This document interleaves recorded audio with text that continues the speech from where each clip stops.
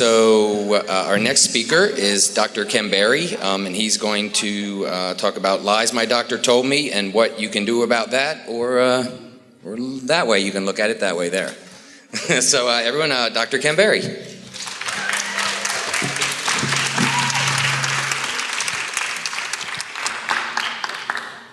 Good morning. Hey guys. So I'm really excited to be here talking with you today, but most of all, I'm excited because just a few moments ago, Nina was standing right here. Right here.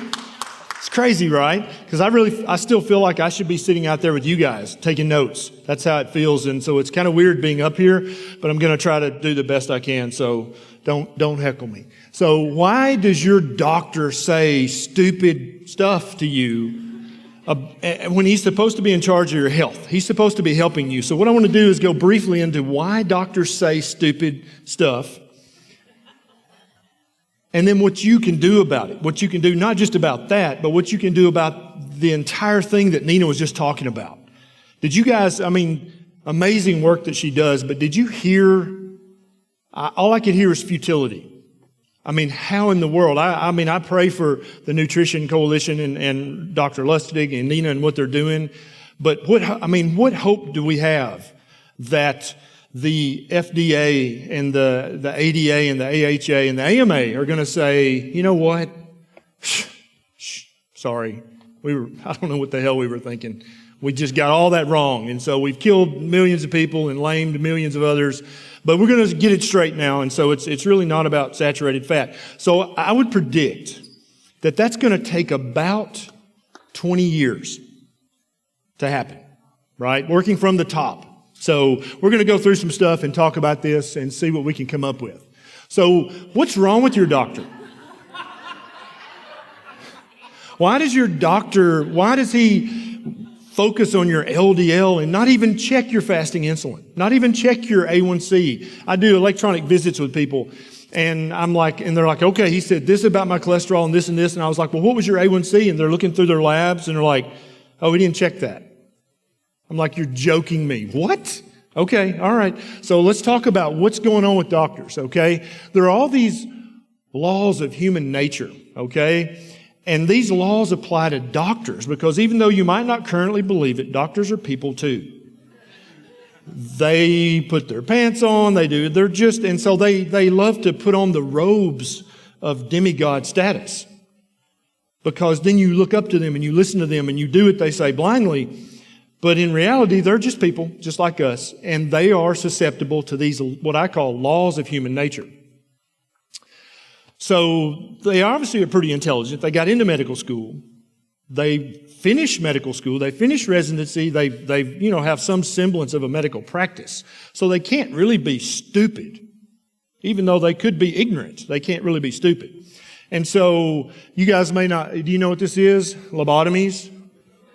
Back decades and decades, hundreds of years ago, if a boy ran around and just was rambunctious and loud and unrespectful, they would literally take an ice pick, which they didn't sterilize in between, and they would steal his soul. They would take his consciousness from him for the rest of his life. And that was something that's very important that I want you to understand when you walk away from this. That was the standard of care. At that time, that was the standard of care. So if a new doctor had come to town, like me, for instance, and said, what the hell are y'all doing? That's ridiculous. That's effectively murder, is what you're doing. I would be in violation of the standard of care, and I would be the one in trouble, not the doctors performing lobotomies. That's the way the medical system's set up, and that's why, one of the reasons why your doctor says some of the stupid stuff he says.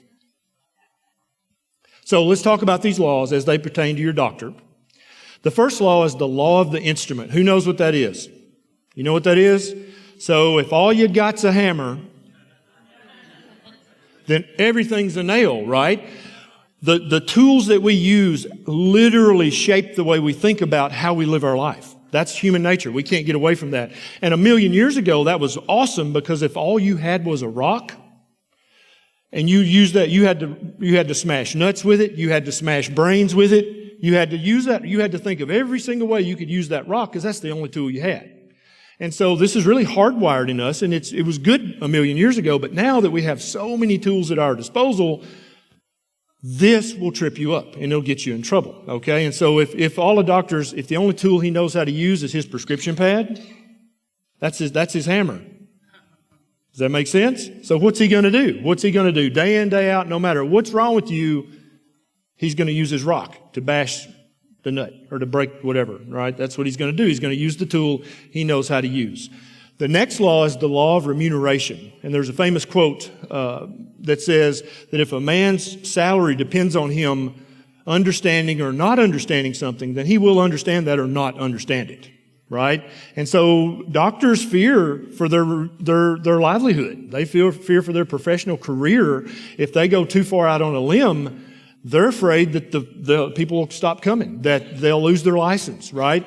And so their financial situation can be devastated if they step too far out of the box. And so this law, this is not dishonesty. That's what I want you guys to take away from this and understand. This is not dishonesty. There's not a conspiracy. All that's silliness. This is just human nature, okay? If your salary depends on you not seeing something, guess what you ain't going to see? I don't know what you're talking about, right? I don't know. That's human nature. That applies to you. It also applies to doctors. Now, the law of authority. Okay, you guys know this guy. Go ahead, give it to his. So, what's he wearing? Oh, okay, but he was a physiologist, right? He wasn't a medical doctor, but somehow that white coat gives him authority. Doesn't it? Right? And so you may not know this, but in medical school, when you first get in, they give you this little tiny short white coat that hits you about here. It's like a white vest, right? And the further you go into medicine, the longer your white coat gets. And so that picture of those old gentlemen that you saw in Nina's lecture, you couldn't see it in the picture, but behind them was a white coat that looked like Princess Diana's train. Okay? And that's why doctors just look up to them, they respect them, they've achieved that demigod status. And so they don't, just a regular doctor in Camden, Tennessee, he's never going to question that. He's just going to follow the guidelines and go on about his business, unless you're me and you don't do that. Now, here's another one that a lot of people think of the word shortcut as a negative. That's negative. You took a shortcut. Shortcuts are valuable. They're actually essential when you're in the wild. You need to find the quickest way to get somewhere. You need to find the quickest way to get the squirrels out of the trees and in the pot. That's survival. You have to find shortcuts. But now in modern society, it's so easy for us to find shortcuts. And one of the shortcuts that doctors can use is the guidelines. If you're a family doctor sitting on your stool with your prescription pad, you don't have to think at all. You just Google the guidelines. There they are. Here's your prescription. See you later. I didn't even burn 1 calorie. I just was effortless, right? That's a shortcut that you need to avoid. Now, you guys all know this one, so I'm not going to go into it, right? Association implies causation. So just because you like big butts, it does not necessarily mean that you cannot lie. Although they seem associated, there's no causation there. You can still lie even though you like big butts. So, just so you know that. But this is actually very important because you guys understand this law more than your doctor understands this. And that's egregious. That's terrible. You shouldn't be able to graduate med school or your residency without being able to literally write an essay about this and understand this implicitly, because drug companies use this every day to trick doctors, just like Ansel Keys used it to trick the world, right? If you're not paying attention, they'll be talking about an association, and our brain works like this caused that. That's common sense. That's how we work, right? And so if you're here, here's a great example. If a little researcher somewhere said, I'm going to do a study between filtered cigarettes and unfiltered cigarettes. I'm going to do a study, right? And so he puts 100 people in this group and 100 in that group, and one's filtered, one's unfiltered. He watches them for 5 years, and then he publishes his study, and he says, it looks like filtered cigarettes are 10% safer than unfiltered cigarettes, right? And he publishes that in some little journal. Now, so did he say that filtered cigarettes were good? No, that's not that had nothing to do with this study. He was just showing that there was less pathology if you smoked filtered versus unfiltered.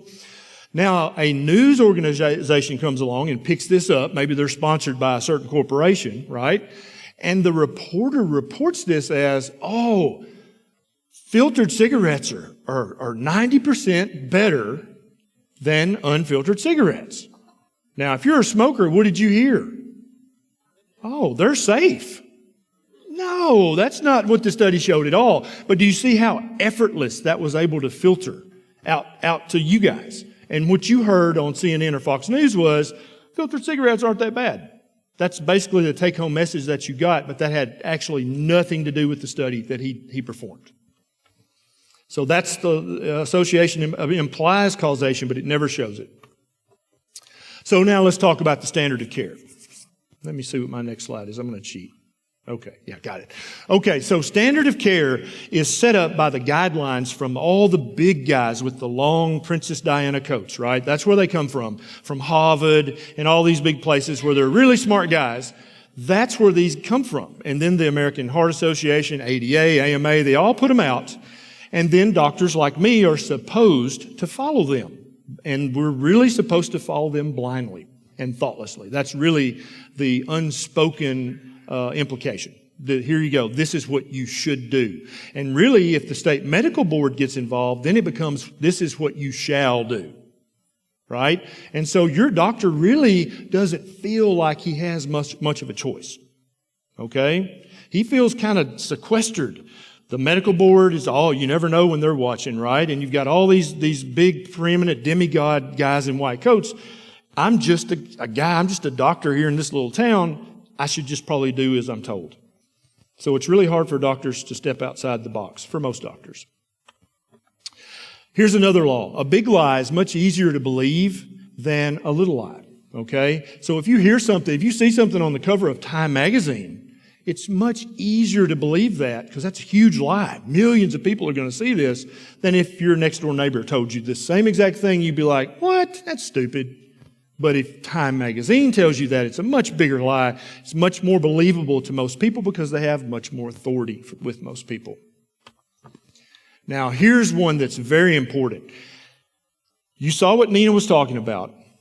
Now, all of the big organizations are pulling away from the cholesterol theory, aren't they? They're like, I don't know who was talking about that cholesterol. It's not, right? That's what they're doing. Very slowly, very slowly, very quietly, they're backing away from that. They're not telling the lie anymore, but it's still echoing down through the medical ranks, right? And so at the residency training level, I guarantee you residents are still being taught about LDL and total cholesterol. Guarantee you. And none of them are being taught to check a fasting insulin or a C-peptide. They're not being taught that yet. It hasn't trickled down. They're still hearing the echo of that lie from the top. Your family doctor, your internist, your child's pediatrician is still operating under the echo of the lie.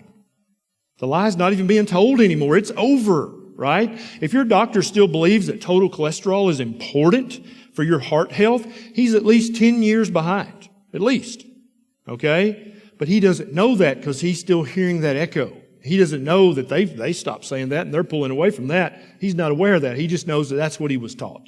And so this can echo down through your doctor, through your neighbor, through your mama. All these people will keep repeating this lie, they not knowing that it's been proven that's ridiculous. That's not true at all. And so that's why you keep hearing this and you're like, how the hell can you still believe that with all this evidence, with all these people? How are you even still capable of believing that? And it's because of the echo of the lie. So we talked about if something is less bad, that does not make it good, just like the cigarette example, right?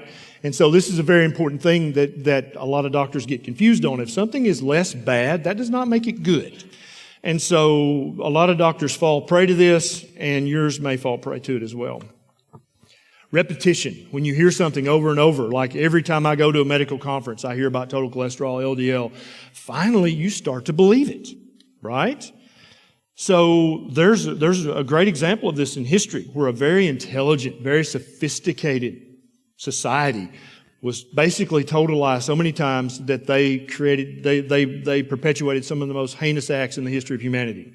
Okay? The Germans weren't stupid, uneducated, they were very, very intelligent people, yet they fell prey to this. And so that's why I want you to understand, your doctor's not evil, he's just human. And he's been lied to so many times from the top, he's brainwashed. Now, how many people know this guy? Who's that? Semmelweis. You guys know this story? Oh, it's such a powerful story in medicine. Okay, so this guy, look at him. I mean, he's got his stuff together. Look at that hair. Look at the little tie. I mean, this guy, he's got it going on. He was a young doctor in Austria, and there were two hospitals there. And at the time, this was before the germ theory. Nobody even knew what germs, bacteria, viruses. They had no idea about that stuff. They didn't know where infection came from, right? So there were two hospitals. There was one for the wealthy women, one for the poor women. And then so I'm talking about hospitals where you would have your baby, right? And so it quickly became known in the community that you didn't want to go to the wealthy hospital because your risk of dying from something called childbed fever were huge if you went to that hospital. That's where all the big doctors with the long white coats practiced. But at the poor hospital, you still had a lot of childbed fever, but not as much as at that hospital. And actually, when you go back and crunch the numbers, women were safer having their baby in the street than they were having their baby in the hospital. Nobody could figure out why. Nobody understood the germ theory. What would happen is all the teaching physicians, the big guys, would go to the morgue and they would be giving anatomy class. And so they would be, and back then there wasn't formaldehyde, I don't think. And so you can imagine the putrid bodies that they were teaching the students with. They'd be cutting open these bodies that were putrid, mortifying. And they would go straight from there, without washing their hands, straight to labor and delivery and deliver babies. They might knock the chunks off, right? But as far as thinking, I need to do the 5-minute scrub, all that, nobody knew about that. And so all the big doctors practiced at that hospital, and that's why childbed fever was rampant. Semmelweis said, you know what? Maybe we should wash our hands after we play with dead bodies before we go, and you see that's common sense today, but back then, he basically was a young punk with a little short white coat, right? And all these big guys are like, shut up, Semmelweis. Just go do what I told you to do. And so he researched this, and he couldn't figure out why. He didn't have a theory, but he knew it was a fact that if you delivered in that hospital, your chances of dying from childbed fever were sky high. And so he thought, we're going to start washing our hands with just like a little acidic solution before we do that. They just slashed the childbirth fever risk. It went away, basically. But he didn't have a theory. And this is analogous to what we keep hearing today in this community. Oh, you don't have a randomized control trial, so therefore shut up, right? He didn't know what bacteria, he didn't know what that was. They hadn't discovered them yet, but he knew he was right. So he was drummed completely out of medicine by the big boys, okay? He was destroyed as a physician. He was checked into a mental facility for severe depression. Can you imagine him being depressed? He was right and was run out of the profession that he loved. They checked him in, and on his intake, the guards beat him up, because I guess that was just like they softened him up a little, I don't know. But then he got an infection from one of the cuts, and he died of the same bacteria that he was trying to save the women from in the mental institution where he was committed because he was depressed, because his career was destroyed, because he was right. You get that? How many years do you think this common sense advice, hey, dummy, wash your hands, how long did it take for that to become mainstream standard of care? Who's got a guess? 20? How many, Nick? You know? How many? 70 years. 70 years of women dying before that was implemented as, hey, you know what? We should all wash our hands. As Semmelweis lays dead, right? Gentlemen have played Yeah, that's right. Yeah, I'm a gentleman. My hands are by definition clean. I'm not going to wash my hands. What are you talking about? Yeah, exactly. It's a fascinating story, but it's also, that should give you some insight into what your doctor's got going on in the background. Because we've all heard this story at one point or another. We know about this guy. He was right. And so he's now the father of like hygienic medicine. And there are hospitals named after him. He's a big deal now. But imagine the 70 years of women dying because nobody would listen to this common sense idea because he didn't have a theory. So now we're told, oh, you don't have a randomized controlled trial, so shut up. Same thing. So how many moms and dads and grandmothers and grandfathers are going to have to die for the next 70 years before this becomes standard of care? That's what I'm doing. That's why I'm here, and that's why I'm on Facebook and YouTube all the damn time trying to say, hey, everybody, wake up. I don't want 70 years of this to happen.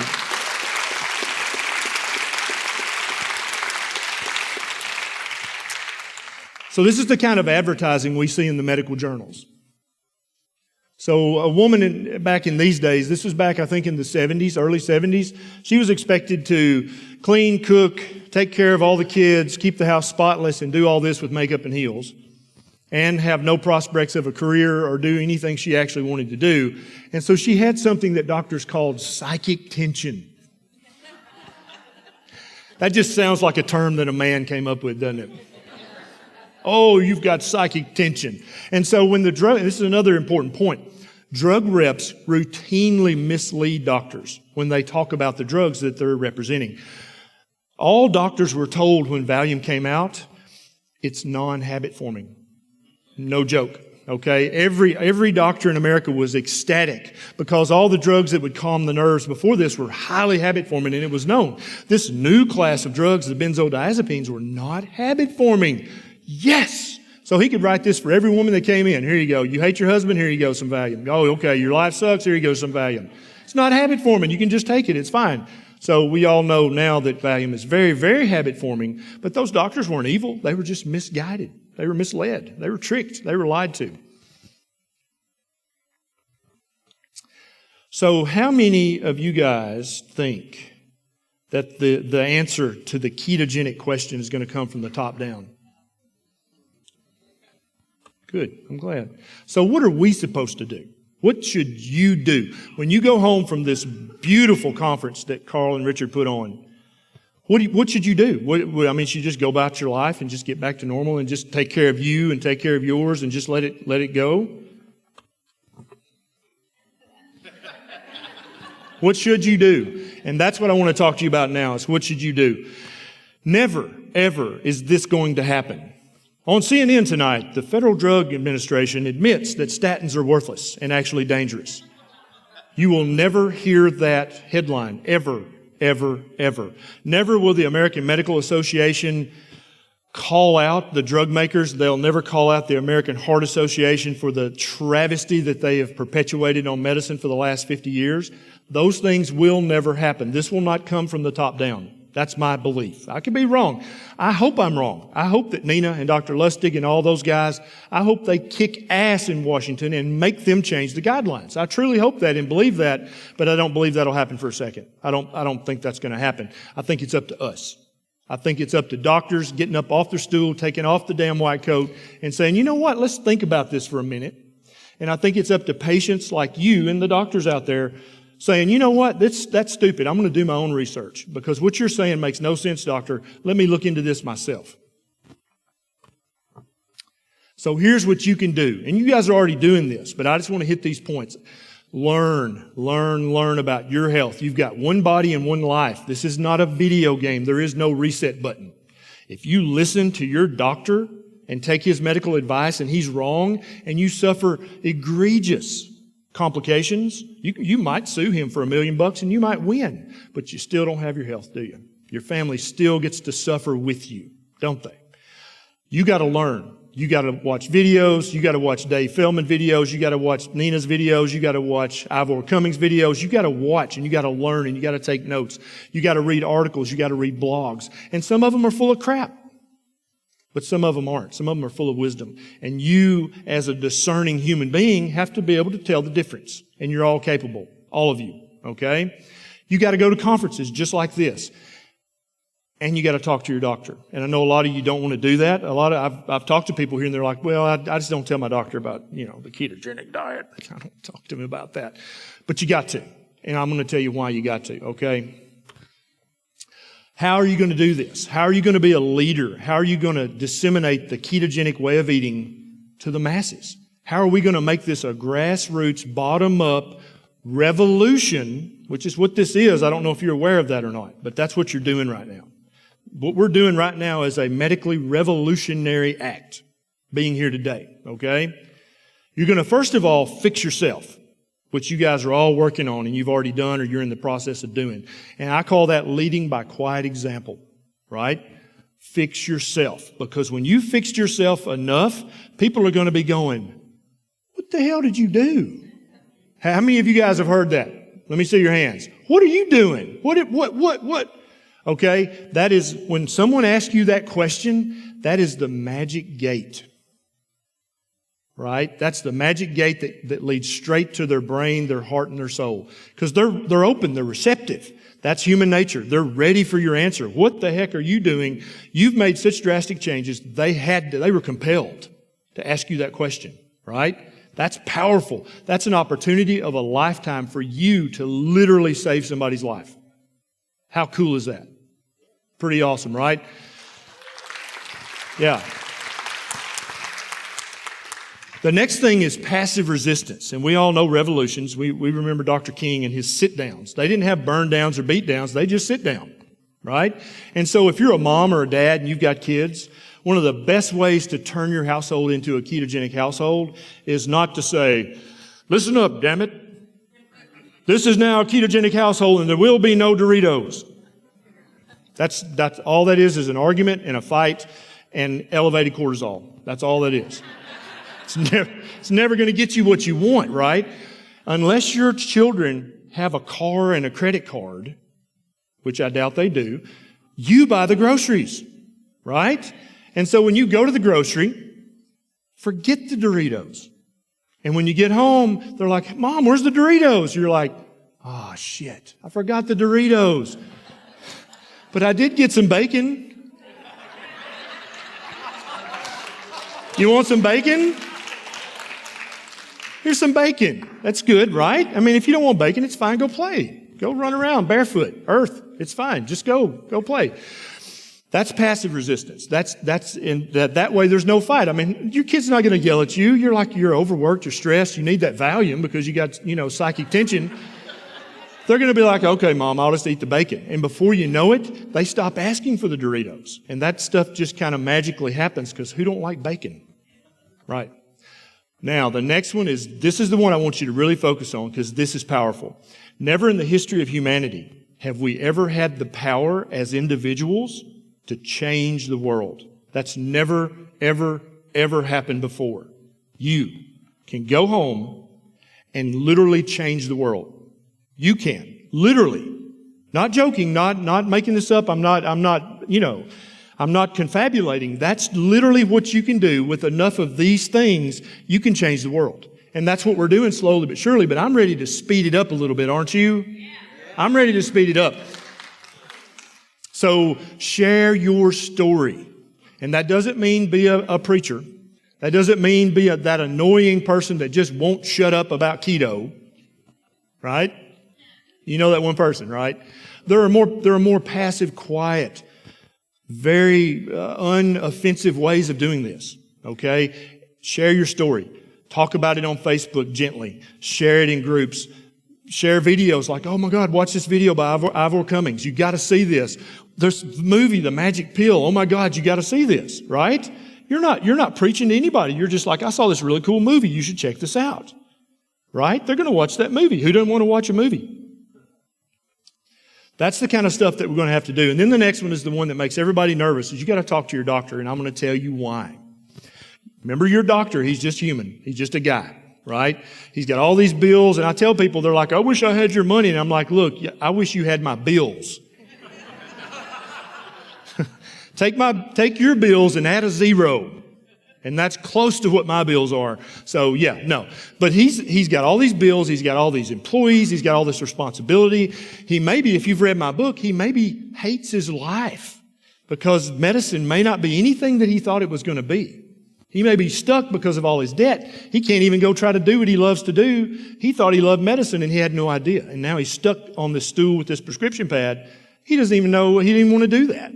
Go talk to your doctor, because chances are he maybe already know about keto. He may be doing keto himself. But because of all those things we've already talked about, he's afraid to talk to you about it because he's stepping outside of the standard of care. And anytime a doctor does that, they are at risk.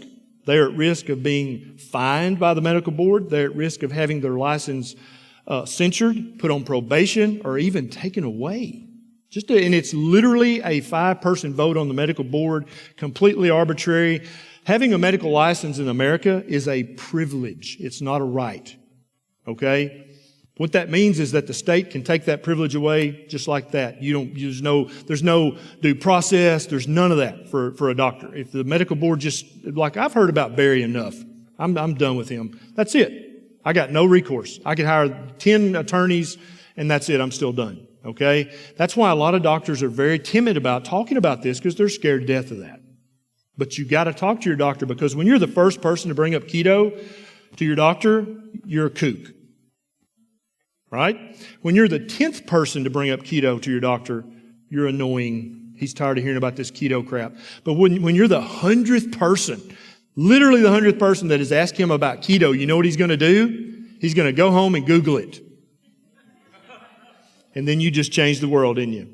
Because once he hears the bell ring, he can't unhear the bell.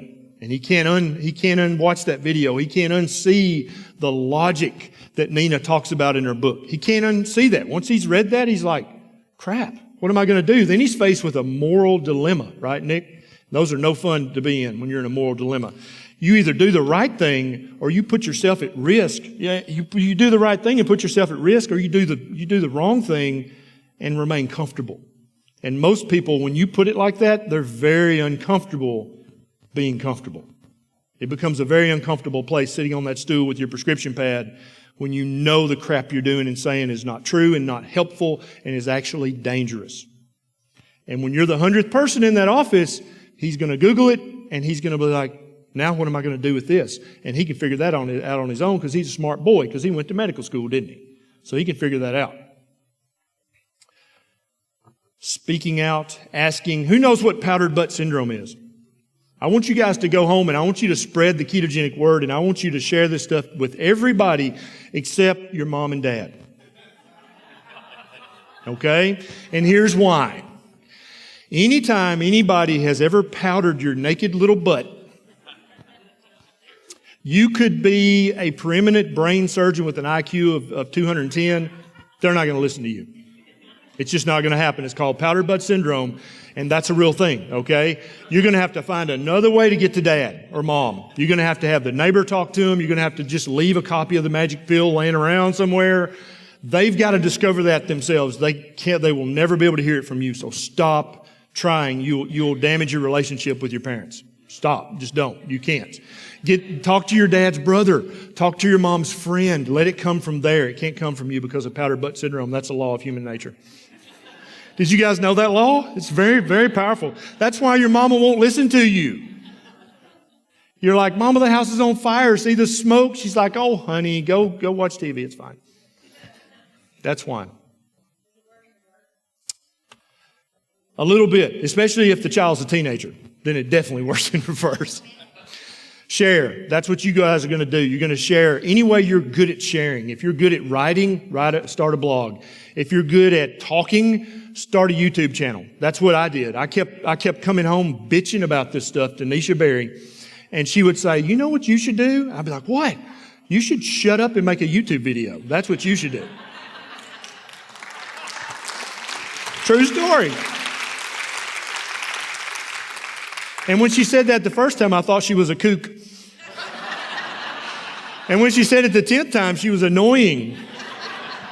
But then I finally made a YouTube video, and here I am. So social media is the most powerful tool for communicating that human beings have ever had. We talk about the Gutenberg, and we talk about, all this stuff, all these technology leaps. Quantum leaps in technology. There's never been anything like social media. You can go live on Instagram right now, literally right from your seat. Right now, you can be talking to anywhere from 10 to 500 people in 10 seconds. Think about that. What the heck? Think about that power. You got that power in your pocket right now. You could walk out of here and do a Facebook Live in 5 minutes and reach 1,000 people. You could. How powerful is that? You guys can change the world, and I think you are. And I want you to step it up a notch, okay? It's time we all stepped it up, because I don't want to wait 70 years while grandfathers and grandmothers die and while moms and dads lose their legs to type 2 diabetes. I'm sick of that crap, okay? I'm sick of Camden, Tennessee. The entire county's got a population of 18,000. We have our own dialysis clinic. What? The nearest dialysis clinic should be in Nashville, an hour and a half away. There should not be that much type 2 diabetes that we have this epidemic of kidney failure. What is going on? It's time for us to act. It's time for us to stand up and not be shy. It's time for us to change this. Gifts and donations. Our keto friends, Carl and Richard, help them. Share their stuff. Help them on their Patreon page. Help these guys spread this to all the world. I know you guys are already doing that. That's the kind of stuff it's going to take, okay? Sitting home bitching about it on the couch like I used to do, that's not helping anybody.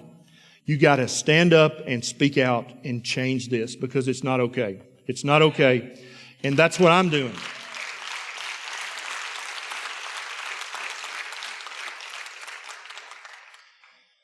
I could still be sitting on my little stool at the Berry Clinic with my little prescription pad, having my comfortable little life, right? I could still be doing that.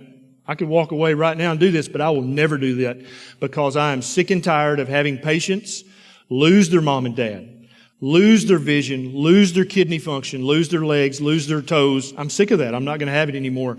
I have made it my personal mission to bend the curve of type 2 diabetes epidemic in the U.S., and I won't stop until that happens. I won't stop.